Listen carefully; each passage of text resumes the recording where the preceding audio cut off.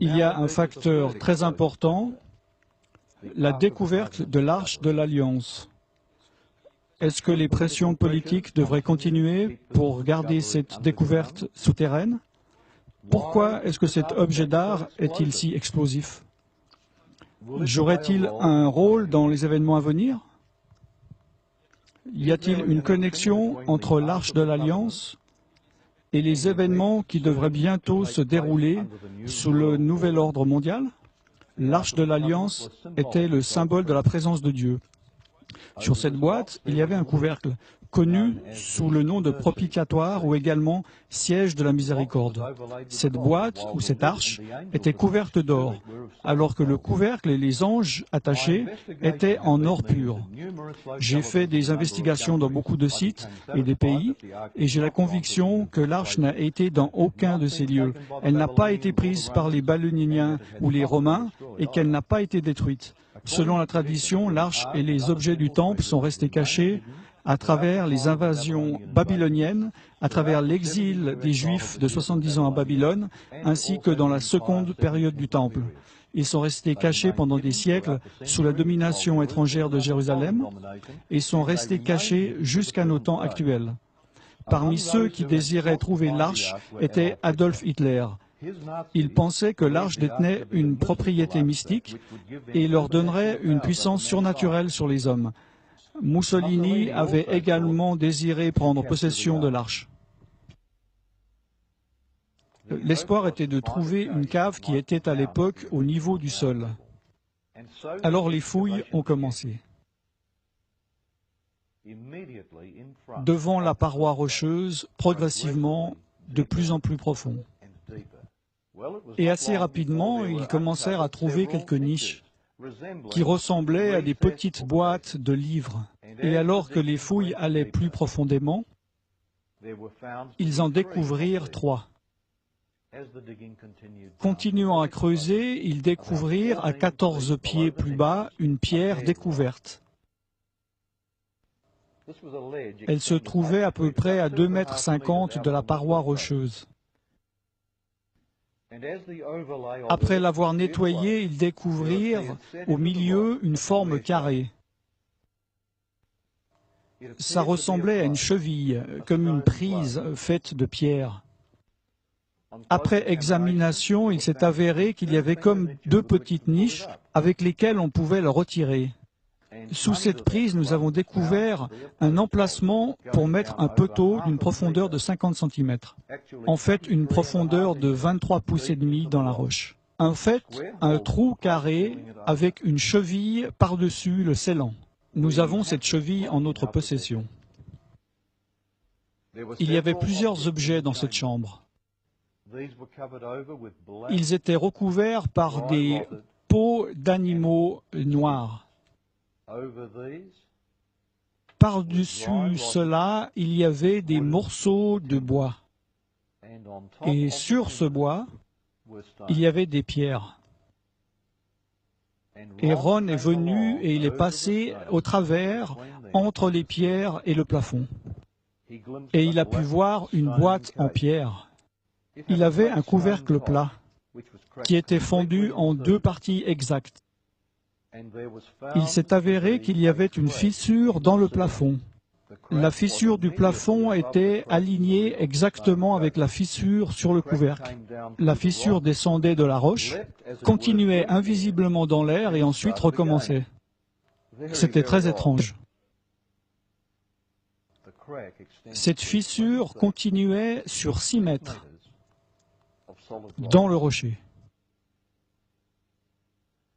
La terre trembla, les rochers se fendirent.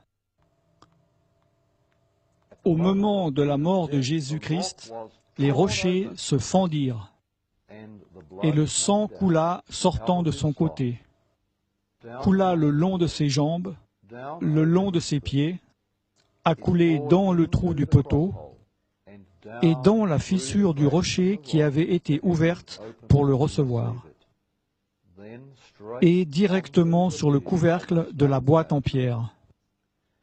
Et cela a aspergé le propitiatoire à l'intérieur de cette boîte en pierre, le siège de miséricorde de l'actuelle Arche de l'Alliance. Comment savons-nous cela? Car la fissure a été examinée avec soin et a démontré qu'une grande quantité de sang avait coulé à l'intérieur. C'est encore là-bas, et c'est du sang humain. Voici ma question. Vous avez dit que vous aviez donné le sang de notre Seigneur à être examiné par un laboratoire israélien. Quels ont été les résultats? Ok, très rapidement. Du sang sec, c'est du sang mort. Tout le monde sait ça. Ils font des tests sur le sang des pharaons et des momies.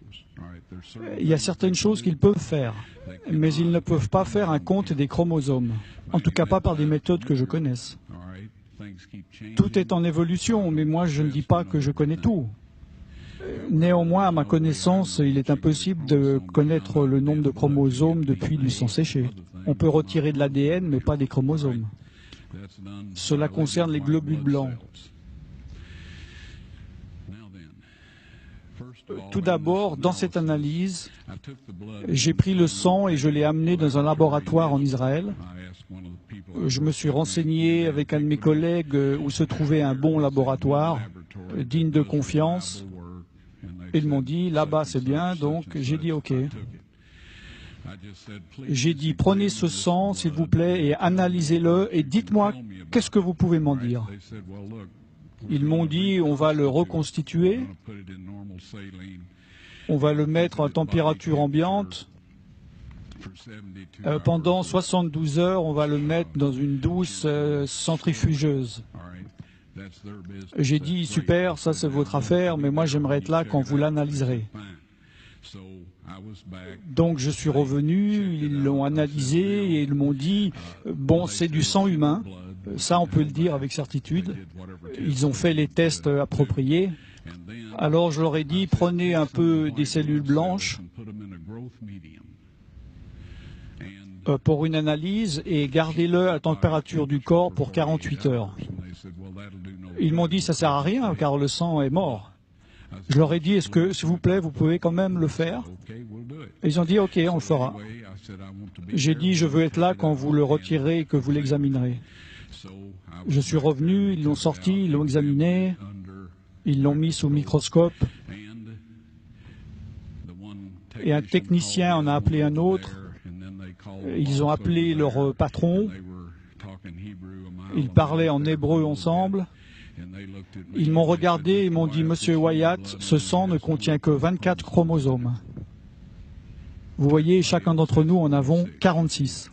23 de votre mère, 23 de votre père, 22 autosomes de votre mère, 22 autosomes de votre père. Vous avez un X de votre mère et vous pouvez avoir un X ou un Y de votre père.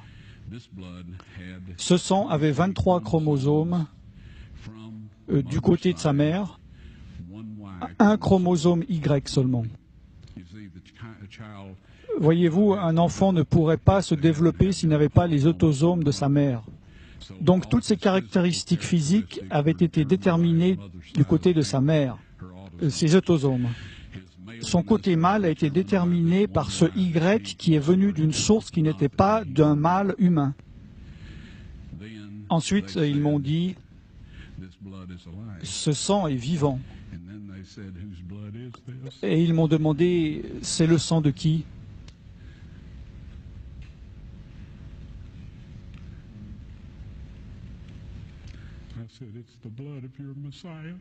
J'ai dit, c'est le sang de votre Messie.